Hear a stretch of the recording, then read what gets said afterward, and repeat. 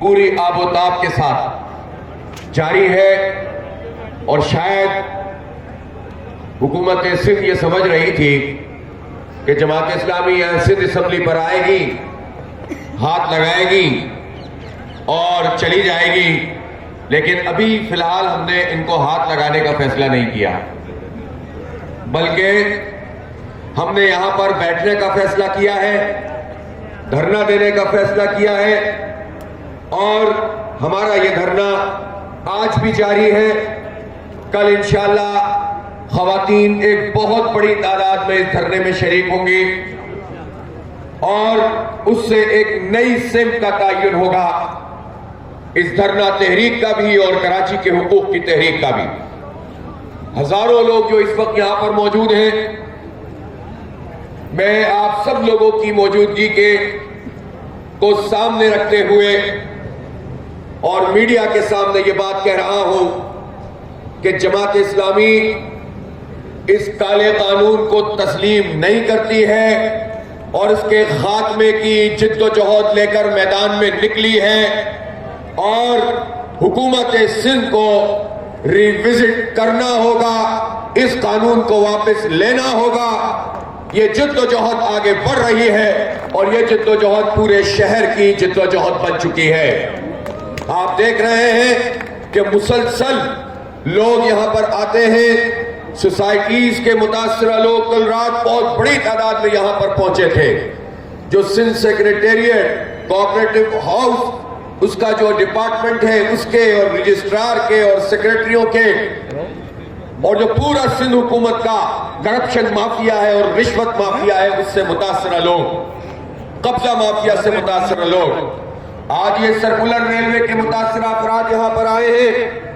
عمران خان صاحب نے کچھ عرصہ پہلے کوئی 5ویں یا 6ٹھی دفعہ جو کراچی سرکولر ریلوے کا مختلف لوگ افتتاح کرتے رہے ہیں، وزیر اعظم نے بھی افتتاح کیا، لمبی لمبی انہوں نے باتیں کی، اتنے عرصے میں یہ بن جائے گی، ایسا ہو جائے گا اور ویسا ہو جائے گا، لیکن ہم ان سے پوچھتے ہیں کہ اس کراچی سرکولر ریلوے اور ماس ٹرانزٹ پروگرام میں جو ایک بنیادی بات ہے وہ یہ ہے کہ ری سیٹلمنٹ اسکیم کیا ہے، ری سیٹلمنٹ پلان کیا ہے، ری ہیبلیٹیشن کے لیے آپ نے کیا کیا ہے، اس پورے ٹریک پہ جو لوگ موجود ہیں ان کو متبادل فراہم کرنے کا میکینزم کیا ہے۔ ہمیں شرم کا مقام ہے کہ نہ وزیر اعظم کو یہ بات پتا ہے، نہ وزیر اعلیٰ یہ کام کرنے کے لیے تیار ہے۔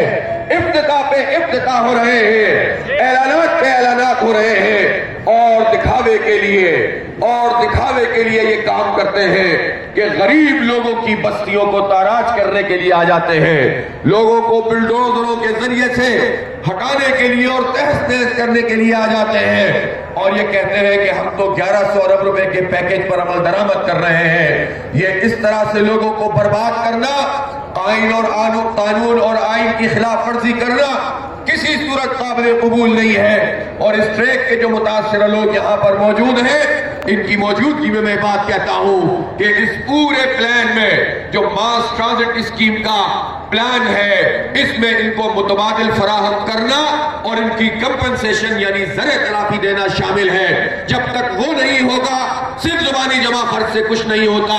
اصل میں یہ نااہل لوگ ہیں، یہ کراچی سرکولر ریلوے بنانے کی صلاحیت بھی نہیں رکھتے، چاہتے بھی نہیں ہے اس شہر کو ماس ٹرانزٹ اسکیم دینا۔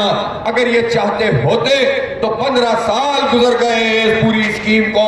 نعمت اللہ خان صاحب کے بعد اس میں ایک قدم بھی لوگ آگے نہیں بڑھے ہیں، جھوٹ پہ جھوٹ بول رہے ہیں۔ 14 سال سے یہ پیپلز پارٹی کی گورنمنٹ یہاں پر موجود ہے، کتنی آرگنائزیشنز آئیں، کتنی کمپنیاں آئیں، جیٹرو آئی، جائکا آئی، ہر ایک نے کہا کہ آپ یہ بتائیں کہ آپ کتنی رقم اور کتنا علاقہ ری سیٹلمنٹ پلان کے لیے رکھتے ہیں، اور سندھ حکومت نے یہ بتانے سے انکار کر دیا، اس کے لیے رقم دینے سے انکار کر دیا۔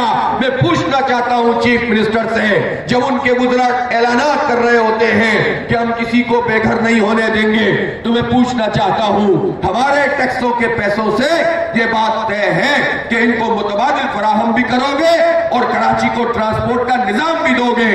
تم یہ کام نہیں کرتے ہو, کرپشن کرتے ہو, لوٹ مار کرتے ہو, نہ ٹرانسپورٹ دیتے ہو, نہ ان کو متبادل فراہم کرتے ہو, صرف تنگ کرنے کے لیے, ریٹ بڑھانے کے لیے, دشمنیاں نکالنے کے لیے استعمال کرتے ہو ان پروجیکٹس کو. یہ نہیں چلے گا. اب آپ کو یہ پروجیکٹ بنانا بھی پڑے گا اور ان کو متبادل فراہم کرنا بھی پڑے گا. اس کے علاوہ کوئی آپشن نہیں ہے. اور آج اگر جماعت اسلامی یہ بات کر رہی ہے تو نعمت اللہ خان صاحب نے لیاری ایکسپریس وے کا جو پروجیکٹ ہے وہ بنایا بھی, لیکن اس سے پہلے ان سب لوگوں کو بسایا بھی اور رقم بھی فراہم کی, ان کا سارا اسسمنٹ کیا. لیاری ایکسپریس وے بھی موجود ہے, Lyari express way housing society بھی موجود ہے, وہاں سڑکیں بھی موجود ہیں, انفراسٹرکچر بھی موجود ہے. لوگوں کے ہنستے بستے گھر اجڑے نہیں, سب بحال بھی رہے اور تعمیرات بھی ہوئی. جب یہ ماڈل موجود ہے تو یہ وڈیرے یہ کام کیوں نہیں کرتے, یہ جاگیردار یہ کام کیوں نہیں کرتے, کراچی ٹرانسفارمیشن پلان یہ کام کیوں نہیں کرتا.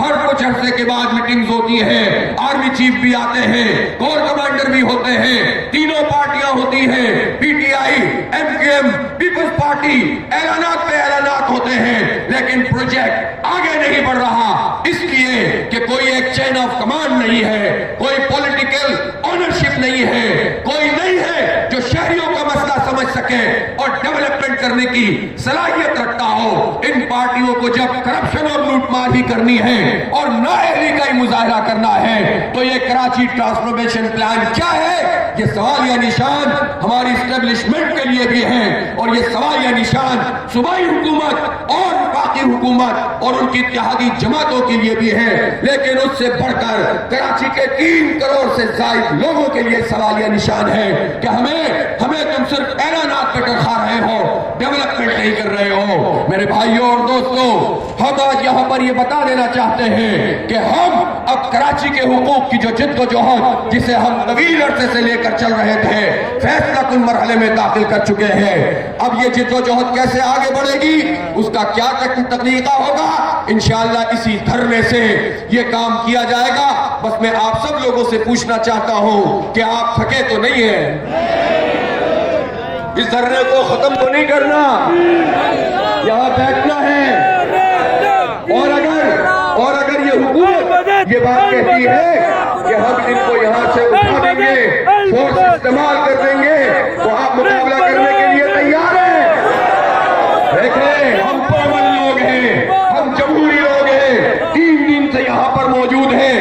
غصہ تو ہمیں اس اسمبلی پر بہت آتا ہے, لیکن اس اسمبلی کا کیا قصور, اس پہ بیٹھنے والوں کا قصور ہے.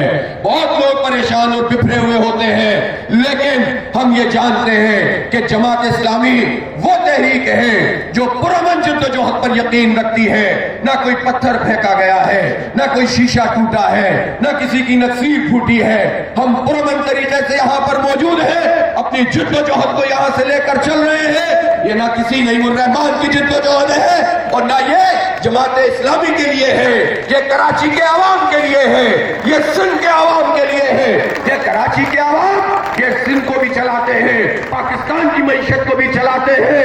اگر یہاں کے عوام کو حق ملے گا تو پورا پاکستان آگے بڑھے گا.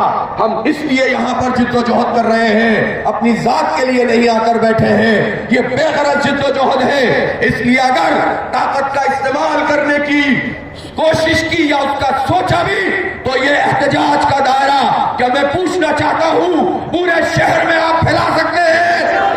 اور میں یہ بھی بتا دینا چاہتا ہوں, اگر آپ نے اس دھرنے کو چھیڑنے کی کوشش کی تو یہ سیکریٹریٹ کا ڈھونڈا بند کر دیں گے ہم, یہ کرپشن کا اڈا بند کر دیں گے ہم. یہ سیکریٹریٹ نہیں ہے, یہ کرپشن کا اڈا ہے, یہ لوگوں کی جیبوں پر ڈھاکہ ڈالنے کا اڈا ہے. جہاں اس سیکریٹریٹ میں ہر کام کے ریٹ لگے ہوئے ہیں, اس کو بھی سدھرنا پڑے گا. اب ہم جینوئن اپوزیشن کے طور پر عوام کے ساتھ موجود ہیں. بہت تماشے ہو گئے, بہت مزے پیپلز پارٹی نے کر لی, بہت وڈیروں اور جاگیرداروں نے فرینڈلی اپوزیشن کے ساتھ مل کر